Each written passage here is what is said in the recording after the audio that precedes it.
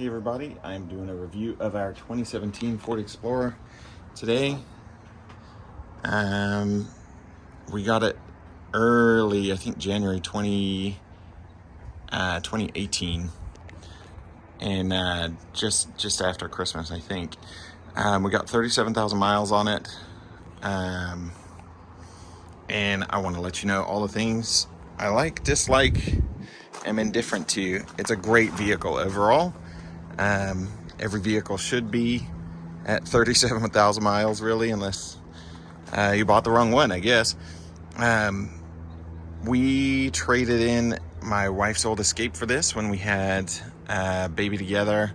I have 2 kids from a previous marriage, so we're up to 3, and including car seats and boosters and things in the Escape, it just wasn't comfortable. So this is just an XLT front wheel drive.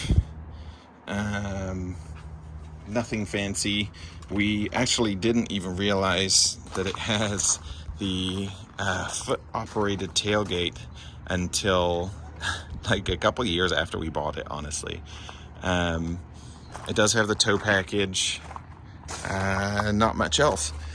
Storage is standard for the size, maybe a little better than average for the size. This is our Britex Be Agile stroller that I just keep in there in the back. Yeah, and the foot activated tailgate works to open and close. This is the front wheel drive model, if I didn't say that already.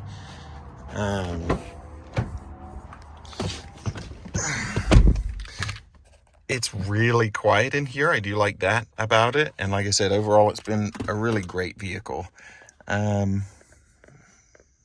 This is how it sits, set up for weekly pickup and drop off duty.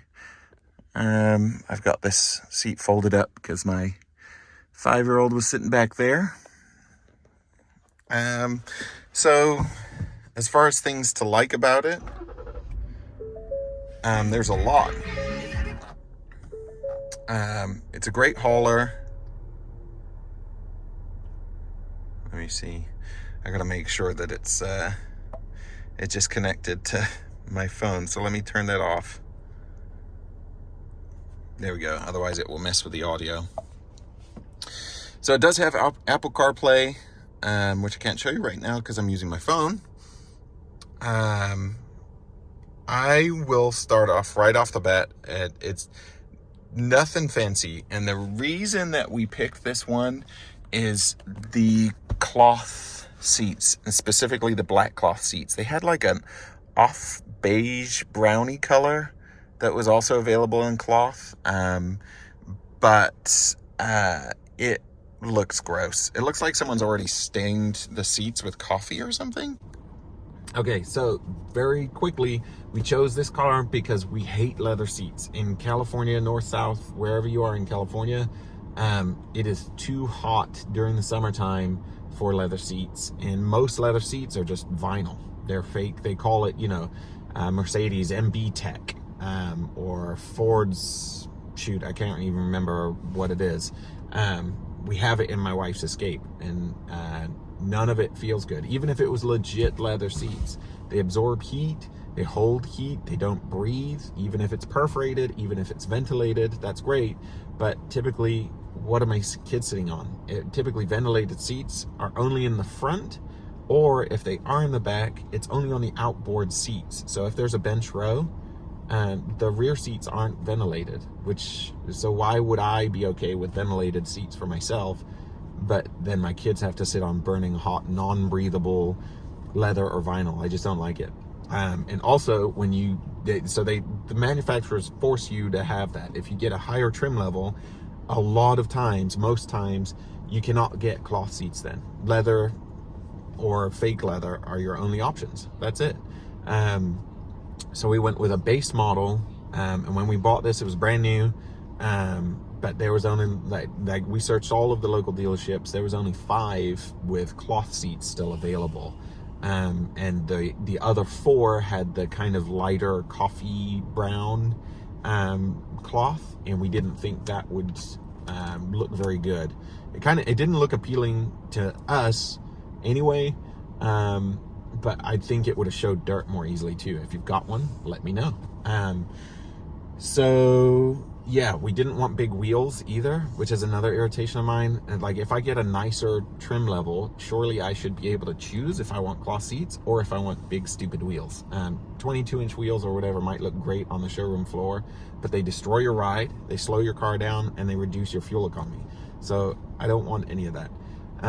If you're curious, TFL, the Fast Lane truck, TFL truck, they did a video with an F-150 Lightning with the standard size wheels, and then they did the same test with another vehicle, a different F-150 Lightning that had it was like a Platinum or something, so it had much larger wheels, and it reduced the range of the electric vehicle. So it does the same on gas powered vehicles too. So it's just not something, it's more weight. The ride, there's nothing good about it. Like, if I'm sitting in the car, I want the experience to be about me and the passengers in the car, not about what somebody else down the street is looking at. Like, oh, that car looks great. Don't care about that. I just want my ride to be comfortable. I want the best fuel economy. So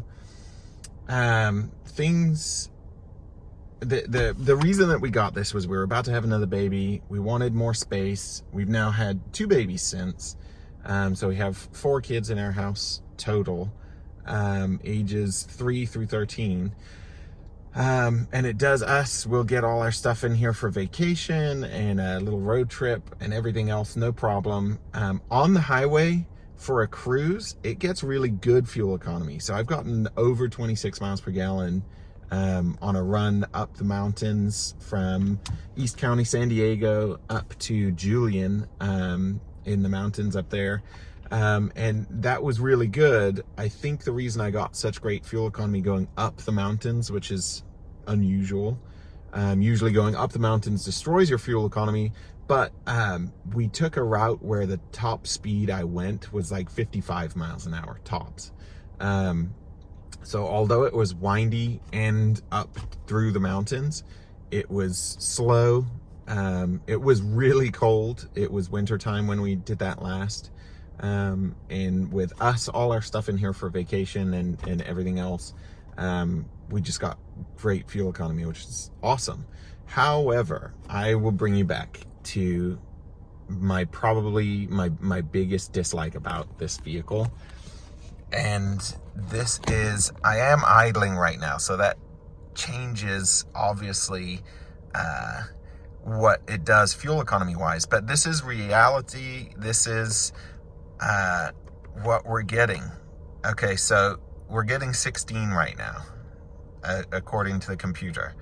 I will tell you that we're really getting 15 and a half-ish. If I calculate it with my phone, which I've stopped doing anymore because it's a bit depressing, that's average. So I do a school drive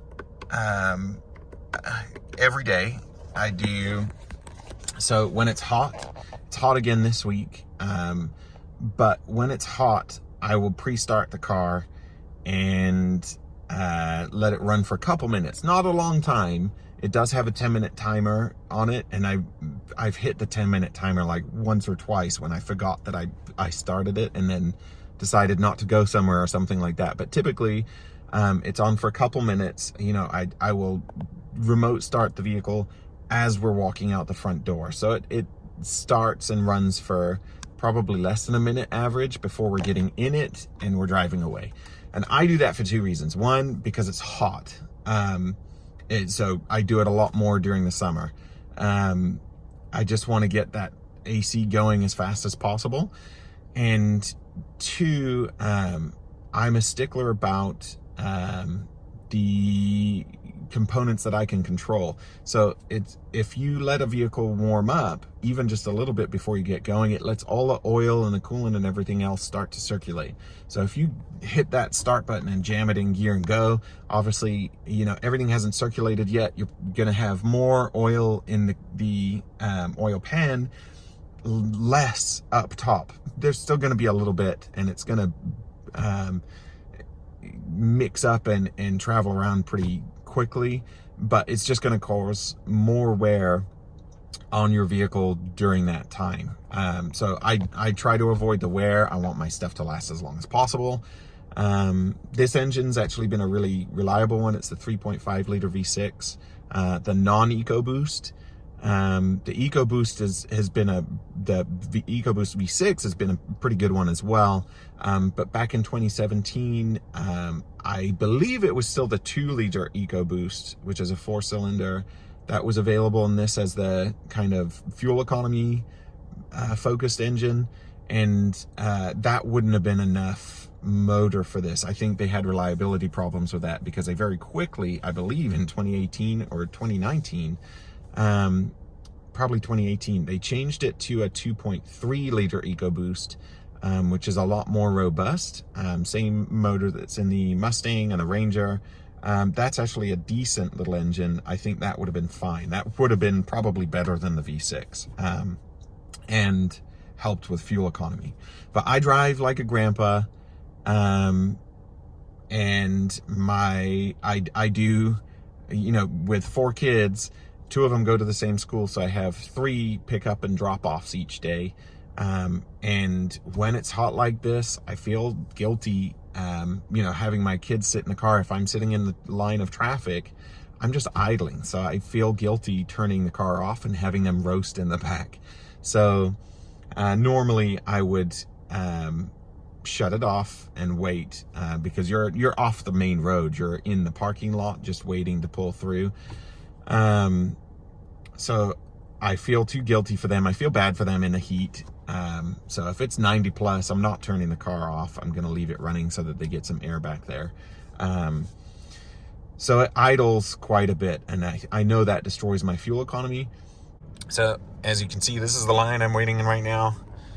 I'm doing pickup, and it still says it's 93. That's probably still about accurate. It's been 90 something all day, low 90s.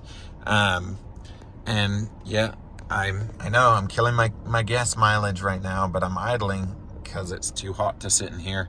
If I turned it off, even with the windows down, it's going to be 100 degrees plus in here, and I'm not going to make this one sit and wait in the heat because that's no good. So here you go. This is part of why my fuel economy is so bad, but I do think this struggles around town with fuel economy, unfortunately. I'd be curious to see what other vehicles got under the same conditions. I think most, if you've got a V6 minivan or a 3-row crossover like this, I think you're going to be getting pretty close to the same if you were doing the same drive that I'm doing. I will say, I think everything about this vehicle is great, for the most part. There's things that irritate me though, like, for instance, the windows are one touch to roll down in the front, but then in the back two are not. So that's super irritating. They're one touch up and down for the front, and they're not for the front, or for the back. That's super irritating. My wife's Escape, we got her another Escape after I took this over. The Escape has one touch up and down for the front and rear. So why doesn't the Explorer? That's super confusing. So that's a pet peeve of mine. I will say another, it's okay. I think Sync overall is a decent system, but nobody uses, manufacturer systems anymore because they're not good when you've got Apple CarPlay or Google, whatever the heck it's called, Android Auto. Yeah, so this is fine, but I never use the Bluetooth on this at all, because if I'm going to be driving anywhere, I just plug my phone in. It's linked, then I can control everything with Siri. It's way better. And I think I'm probably not alone in that. Further irritations. this. It sits on recirculate automatically. So if I turn that off, okay, now I turn the car off, I open the door, and it resets everything like always. Turn the car back on. What the heck? Why did I don't want recirculate. I don't want that. Why did it come back on every single time? So that's a frustration. I want to get some of the fresh air in. I don't want, like, okay, if it's over 95 degrees or something, like the car thinks it's 93 right now, that's probably about right. If it's over 95 or something, fine, but it does it even in the wintertime. So if I just want low AC, turn the fan down, it will do that, but then it will kick that on every time. And unless I forget to do that, suddenly I realize it's almost stale air because it's recirculating, especially if I've got the dog in the car or it's loaded up with kids. So I always turn that off. It's irritating that it always comes back on. Another thing is, where are my rear air controls? Obviously, it has rear air vents back here. There's 4 of them for the passengers. That's great. And there's the controls for it right down here. So that's all great. I appreciate that. However, unless I'm going to lean back to the back seats, where are my controls? I want another system like this, where you've got dials and it spins, and it's easy to control. There. But I don't have that. What I have to do is come in through here. And then, so what's really frustrating, if I'm in Apple CarPlay, it'll have a home button down here. I'll have to hit home. It brings me to this screen. And then I have to hit climate. Brings me to this screen. I still can't get there yet. Hold on. Then I have to hit rear. And then I can control it. But that's super slow and frustrating. So if I have somebody in the car and I'm talking to them, I have to be like, okay, wait while I do this. Or I'm driving. That's really distracting. That's stupid. So give me another set of controls like this and put them up here somewhere, or even up here. My Ford Expedition, I had a 2000 Ford Expedition. It had them up here. That was fantastic. I really liked that. That's super inconvenient and stupid. There's just no reason for that. I guess other than that, driving impressions, it's really stiff, really stiffly sprung. And I think that the reason it's so stiffly sprung is because it's for a big part of what this version of the Explorer was about, is for police duty. So the police I think they had their choice of the 3.7 liter V6, which shares the same block as the 3.5. It's essentially the same engine, but makes a bit more power and torque, obviously. Worse fuel economy, I'm sure. Or the 3.5 liter EcoBoost. And I believe all of them were all-wheel drive, at least for this model at that time. So that's probably great for cops to have a tight handling vehicle. And although it handles well, so you can appreciate that aspect of it, it doesn't lean much at all around corners. It's really pretty battened down. I drive slowly. I'm not chasing, anybody down the street in my Explorer. It's a normal family vehicle, so I don't need cop stuff. I wish they'd have had a softer sprung suspension, so that it soaked up the bumps better. This vehicle, although it handles great, a side effect of the stiffness is that we have a very steep, narrow driveway that's full of potholes. It's an easement access driveway, so we share it with neighbors. issue with the driveway is there's a couple points that are like small speed bumps, and they've channeled the water back into the center of the road so we don't have water issues, you know. And that's fine. But when you drive over it, unless you hit those little water channels at just the right angle, this thing will toss you side to side really hard, like violently. And I have taken a few other vehicles up this road, and I didn't have that problem. So I took a Subaru Ascent up here, specifically to test the driveway, and I didn't have that problem. And I had a Ford Explorer, I think it might have been a 2020 Ford Explorer, for a week. And, it didn't do that either, despite the fact that surely that's got, you know, more truck-like suspension. So I think this vehicle specifically, even if you had the all-wheel drive one, the ride height and suspension doesn't change. So I'm assuming that it's because it's the more street-oriented type Explorer. The previous ones were body on frame, truck based, kind of. They used to be based on the Ranger. This one's not. Obviously, they didn't make a Ranger at the time, and it's too stiff. It's too low. It's too stiff. The seats are good. They're comfortable, and on the freeway, it's pretty decent. But you still feel, you know, all the expansion joints and cracks. And if you hit a pothole, oh man, you feel it.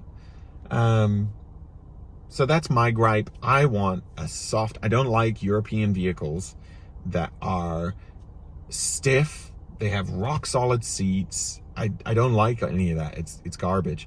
That doesn't suit American driving styles and American roads very well. If I was like 20 or something again, maybe that's one thing.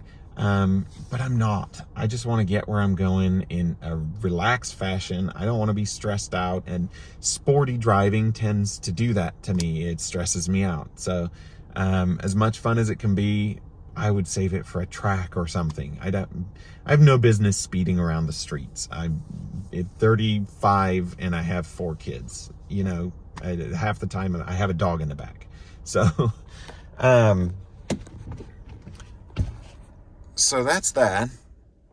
Let's hop out. I will show you another couple things that really irritate me.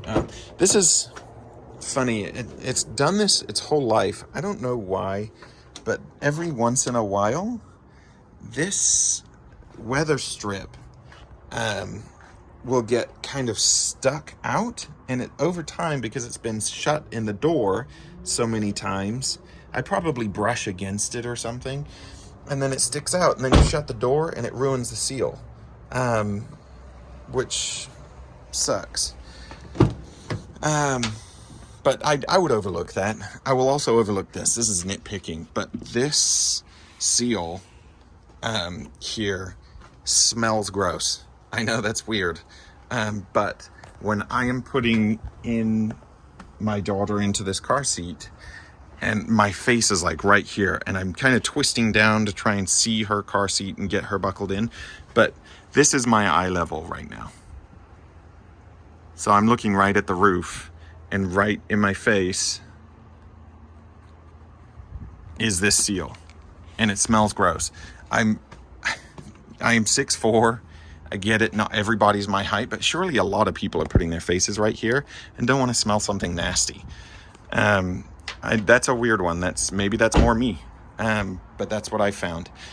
Another major gripe is this was taken care of under warranty, but I guess they had subpar aluminum in their hoods. The hoods are aluminum on these, so it corroded from the inside, and I had bubbling under the paint. The paint hadn't even chipped or cracked, but right along here, this leading edge, there was no exterior imperfection in the paint, but it was bubbling anyway. So there was no scratches, no rock chips or anything else, just like right now. There's no rock chips or anything else on here, but it was bubbling. So they did replace that under warranty, but they're not going to do it for you unless you notice it and ask. And I only notice it because I'm OCD and I hand wash and wax all my vehicles fairly frequently.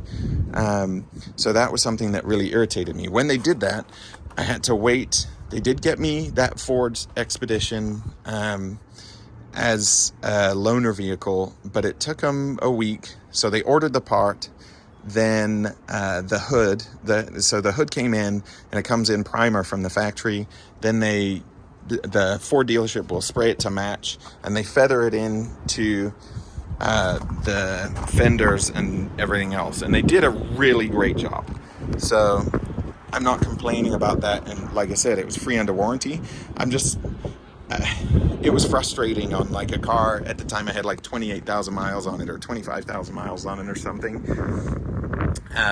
And it needed respraying. And basically, if you don't take care of that, it will happen across your whole hood. Paint will flake all over the place, and it's going to be a mess, and your resale value is going to be completely shot.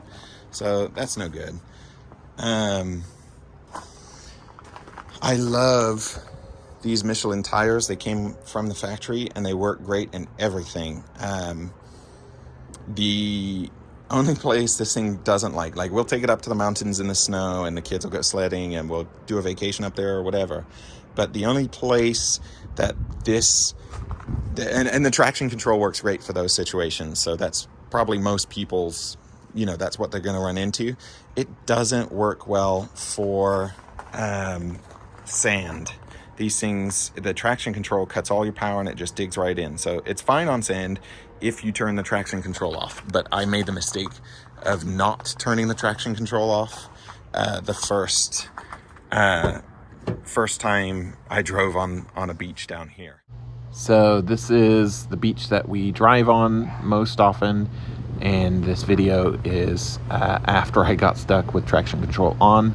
So I hopped out and took a video getting unstuck with traction control off.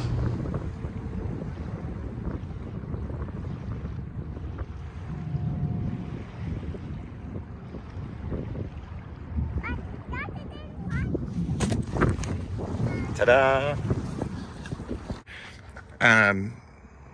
The rear space is kids only, which I haven't sat in one in a 3-row crossover that was not kind of kids only. Again, I'm 6'4" and I'm 230 pounds, so sitting in a small seat isn't that comfortable. I think most cars have this, but I wish it was connected to the handle to pull it up, because you've got to remember to push that. And I get on my kids all the time when they forget to do that. And if you don't, when you pull this lever here, this headrest will get stuck right here or jam into it. And it's just going to beat up the fabric and break something or whatever. Also, although for me that's an easy thing to do, even my 9-year-old struggles.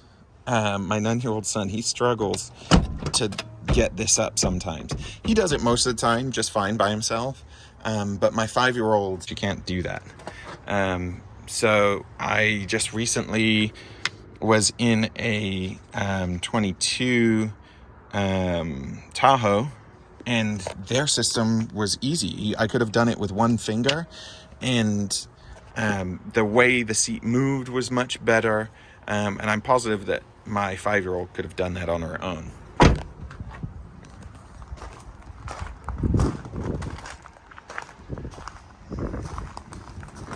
So I will say one more thing, and this is every single thing that I don't like about this, that I'm going over in this video. So I don't think that I don't like this vehicle. I actually love it. I'm in love with this vehicle. It's fantastic. I'd like something more spacious as my kids are becoming teenagers. And I'd like a little more trunk space for longer vacations, but those are gripes. Overall, this is fantastic. So don't assume I don't like this. I love it.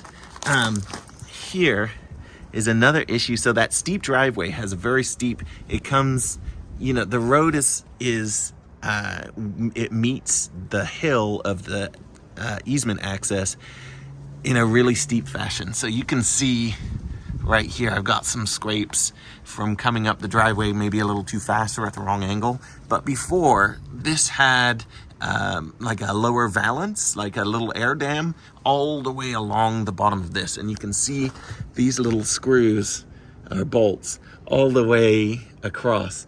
And I had to take them all out and remove that air dam, because otherwise, every single time I came up the driveway, it would scrape.